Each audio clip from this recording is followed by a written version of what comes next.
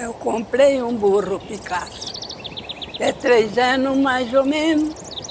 Na hora de passar o recibo, o tropeiro para mim foi dizendo: cuidado com esse macho, que ele tem fama de ser perigoso. Por ter matado um peão, o nome dele ficou criminoso.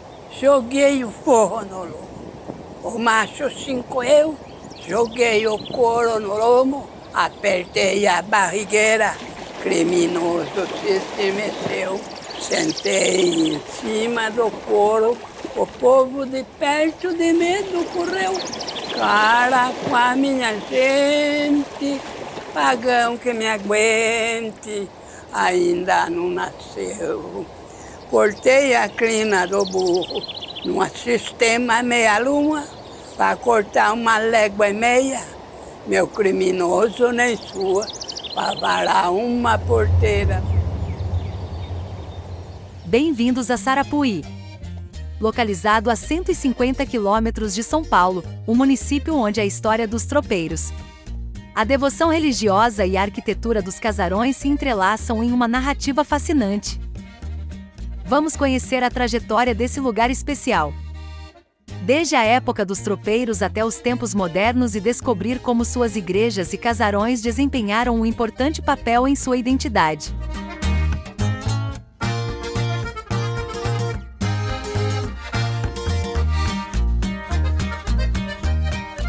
Os tropeiros foram condutores de tropas de cavalos, muares e outros animais usados para transportar alimentos produzidos na colônia e vendidos nos vilarejos. Eles vendiam tanto os produtos quanto as mulas e os outros animais. Vestiam-se com roupas comuns, calças, camisa, chapéu, cinto de couro com bolsos chamado guaiaca, botas e principalmente a capa. Não tinha, né? Só a capa ponche, né? Capa ponche? É, as capa ponche. É a capa ponche a gente carregar na garupa. É. Carregava na garupa, você vinha uma chuva, tirava, botava na costa. Era para dormir também, a coberta. E você chegava na hora de dormir, você tinha nem meio molhado, aquela capa. Por cima, porque daí tinha os pelegos, os bacheiros, dormia. O travesseiro era o arreio. Um pelego.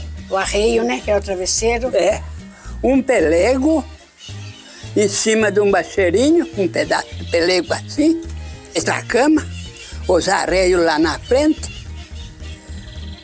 O senhor deitava a cabeça nos arreios, era travesseiro. Ali o senhor se cobria com a capa, dormia à noite. É a capa boa, né? Era boa as capas antigamente, né? No final do século XVII, após o ciclo dos bandeirantes, o tropeirismo surgiu como uma atividade vital no Brasil colonial. Os tropeiros, guiando cavalos e mulas, não apenas transportavam produtos e notícias, mas também desempenhavam um papel fundamental na expansão e povoamento das fronteiras e na construção das primeiras igrejas locais. Os tropeiros chegavam nessa esquina, onde durante muito tempo foi o armazém de secos e molhados de Ari Outes. Antes, claro, era uma pousada. Agora ali, se você ver, a menos de 200 metros tem um riacho. Já era abastecimento normal, que eu imagino, da água, para ser naquele local o início de Sarapuí, né? O início da cidade propriamente. Através dos tropeiros, que vinham principalmente de Tararé, com direção ao sul, Viamão, até a palavra que me veio a ideia, que eles se dirigiam para lá. E o movimento da época era comércio de animais, em pé, tocado. E o suporte para sustentar essas viagens longas, carroças, carro de boi e as mulas mesmo, que levavam na costa, né? Então era o comum. Tudo se desenvolveu nessa base. E a cidade de Sarapuí, no meu entender, começou naquela esquina.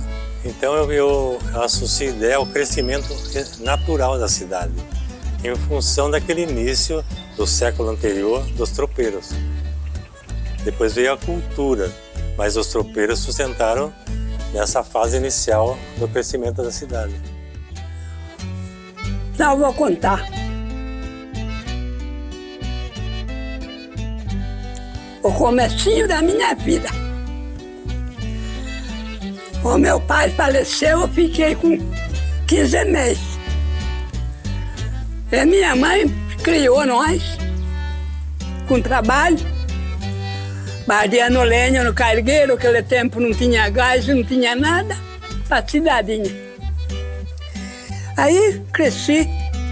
Quando eu fiquei com 12 anos, se empreguei numa fazenda lá do Santa Luzia. Saí, trabalhei 30 anos nessa fazenda. Lá eu aprendi tudo. Lá eu aprendi a castrar um cavalo, um boi, se mexer com a vaca braba, aprendi também, de tudo jeito, na fazenda. Aí no final, a fazenda era uma sociedade, dividiram a fazenda. E tinha 2 fazendeiros lá de Maringá. Aí, uma parte queria o dinheiro, uma parte queria a criação, a parte deles. Separamos as vacas, tudo. Gosto entrega para mim lá. Aí, toquemos, tá em Tapetininga, levamos 2 cavalos. Só que ele queria o gado lá na fazenda dele, lá em Maringá. 6 quilômetros de Maringá. Aí toquemos, tá em Itapetininga, embarquemos, fomos. Chegamos lá em Maringá de tarde. Tinha mais 6 quilômetros para nós andar. Após escurecer, nós andamos, entreguemos o gado lá umas 10 horas da noite. Aí o homem veio, contou o gado, recebeu pronto. Digo, bom, então tá entregue, tá. Aí fiquemos lá até outro dia. Seu Di, tropeiro de Sarapuí, percorreu a rota até o sul em busca de mulas e mantimentos. Suas jornadas conectaram vilarejos e fortaleceram o desenvolvimento local, simbolizando a resiliência e a importância econômica dessa trajetória histórica. Foi com o Didi Lisbão. Eu não tinha nada, 18 anos. Eu pedi para ir para o Rio Grande com ele. A primeira vez eu fui de empregado, que ele trazia 20 mulas para mim, a despesa ele pagava tudo. Pegava o trem em Tapetininga, 8 horas, chegava lá às 10 horas do outro dia. As mulas já estavam compradas, o Didi Lisbão, que comprou. Eu levei pouco dinheiro, comprei 20 mulas. Quando a gente compra 10, 20, 100 mulas, já vem 10 mansas. Comprava em Santo Augusto. De Santo Augusto vinha para Parmeira. De Parmeira para o Jardim. Tinha o pouso certo. Tinha parada para almoçar. Eles faziam comida. Já tem a pessoa que cozinha. Até em Teraré, nós comia feijão preto. De Teraré para cá é branco. A gente emagrecia. O peão que vinha com nós amontou numa mula. E ele esporou a mula. A mula entrou debaixo da árvore, arrancou ele. E ele ficou bravo comigo.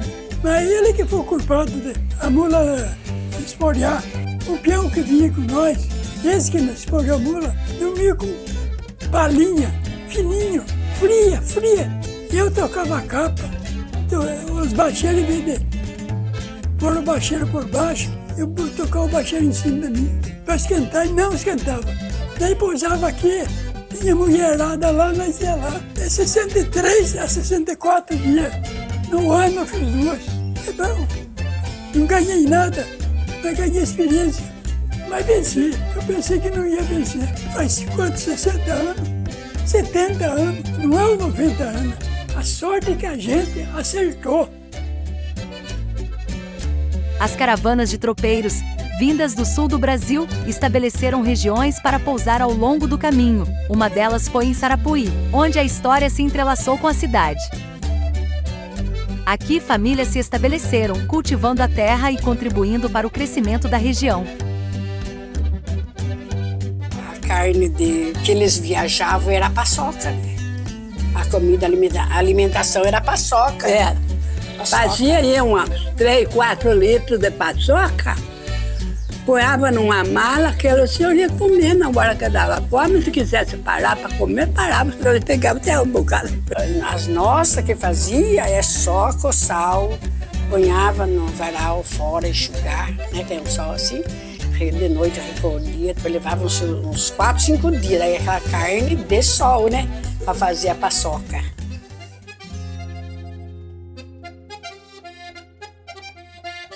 Em 1832, uma capela foi erguida em devoção a Nossa Senhora das Dores, em um terreno doado pelo então capitão Luiz Vieira, marcando o início da devoção religiosa em Sarapuí. Nasceu assim uma nova freguesia, conhecida como Vila de Sarapuí, derivada do tupi Sarapói.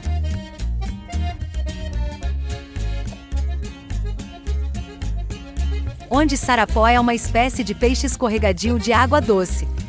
E Y, rio, ou seja, rio dos Sarapós.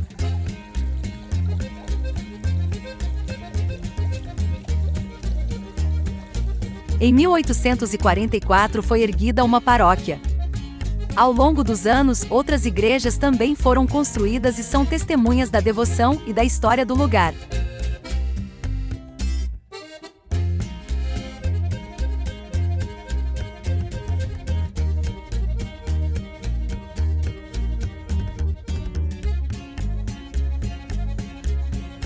Em 1844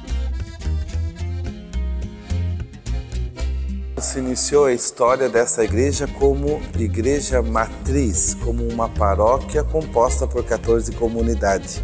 E hoje, em 2024, nós celebramos então 180 anos de história, de fé e de devoção.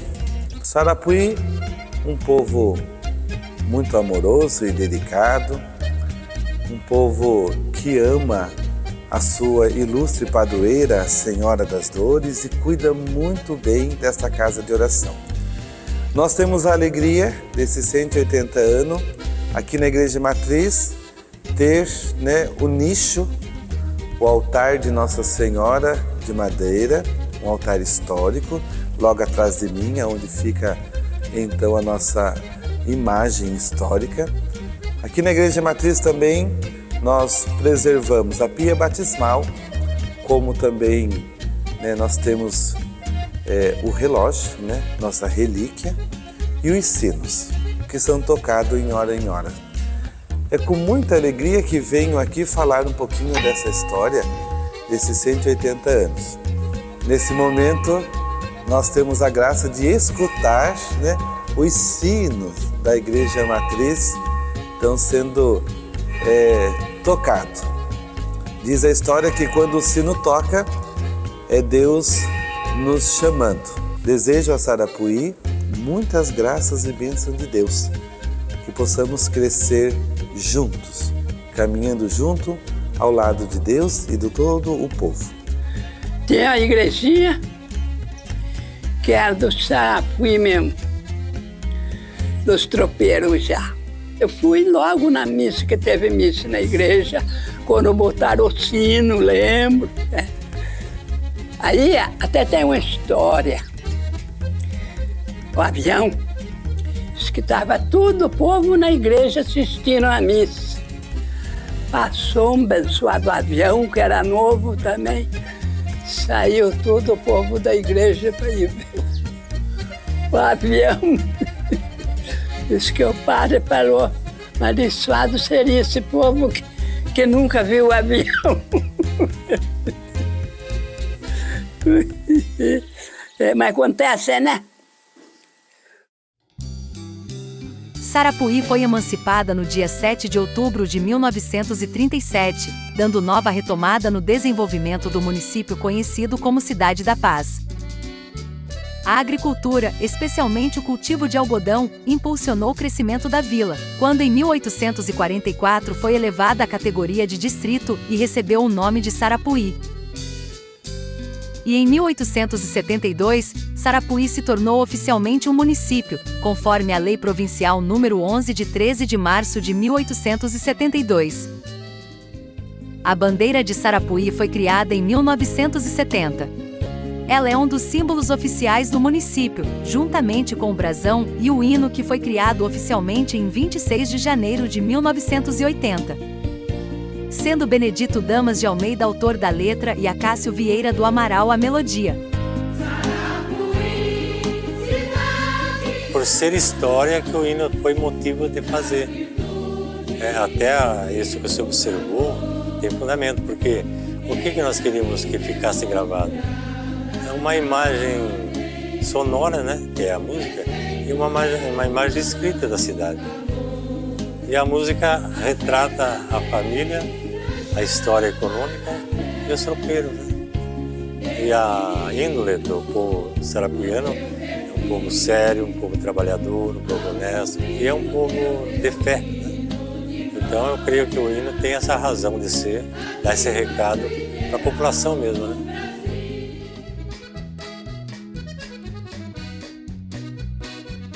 Os casarões antigos de Sarapuí, construídos no século XVIII, são verdadeiros guardiões do tempo.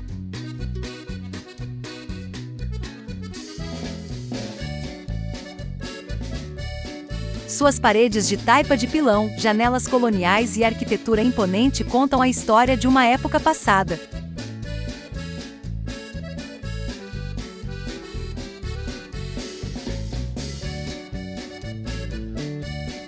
Um deles, pertencente à família Holtz, funcionou como Hotel Paulista, servia de pousada aos viajantes e tropeiros que se deslocavam entre os estados de São Paulo, Paraná, Santa Catarina e Rio Grande do Sul.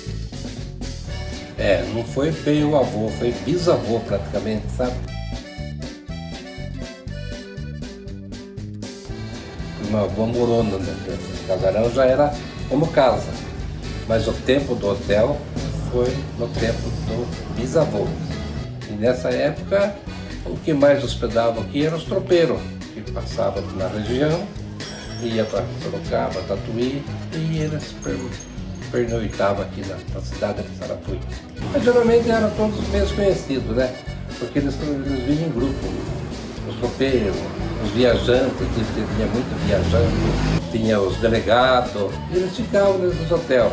Hotel Paulista, não. Hotel Paulista. E procedia dessa maneira até parar com o hotel, virou residência. Aqui onde nós estamos virou comércio. E o comércio então, é hoje aqui, de pai para filho. O casarão de Maria Teresa, datado do século XIX, localizado próximo à Igreja Matriz, serviu de pouso para tropeiros durante o período da escravidão.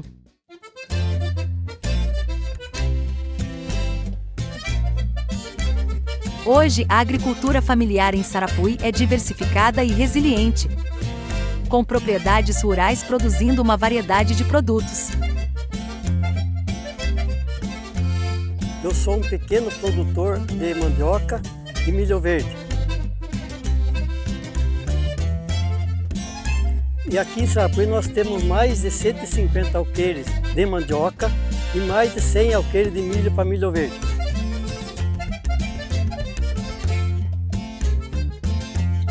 Por isso estamos aqui na roça de milho verde para mostrar a vocês que nosso plantio é de qualidade e saudável para os vossos consumos.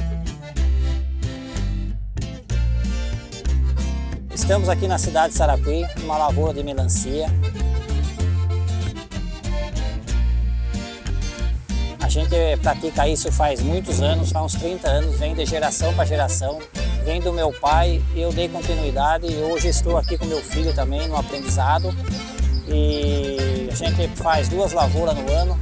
A gente começa de janeiro a abril e a outra lavoura a gente começa de julho a novembro, plantando melancia e abóbora cambotiana. A melancia é uma das frutas mais consumidas do Brasil. E, as pessoas usam muito bem para a hidratação no calor, porque ela é conhecida como uma bola d'água. E ela é muito rica em vitamina, minerais, e é uma grande batalha desde o início, desde a mudinha até o consumidor final, que é a fruta.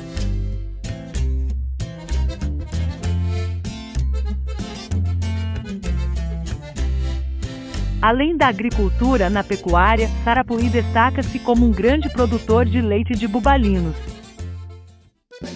Sarapuí, a cidade da paz, é um lugar onde a história dos tropeiros, a espiritualidade das igrejas e a majestade dos casarões se unem para formar uma identidade única. Então, Sarapuí, se pudesse dar parabéns para Sarapuí como uma pessoa, parabéns, Sarapuí. Você não perdeu o rumo, né? Está na mesma trajetória bonita, né?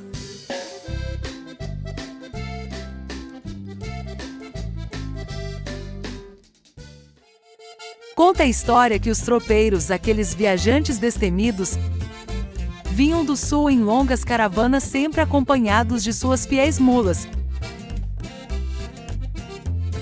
O destino final era Sorocaba. Mas antes disso havia uma parada estratégica à cidade de Sarapuí. A viagem estava longe de ser tranquila, domar as mulas era uma tarefa árdua e o cansaço acabava gerando algumas brigas e discussões entre os tropeiros. Mas ao avistarem Sarapuí tudo mudava, era como se a cidade tivesse um poder mágico, os tropeiros a chamavam de Cidade da Paz. Ali as mulas já estavam domadas, os ânimos se acalmavam, as discussões desapareciam e todos podiam finalmente descansar em paz. Era um momento de recarregar as energias antes de seguir para o destino final em Sorocaba. Sarapuí era sem dúvidas um oásis de tranquilidade na dura vida dos tropeiros.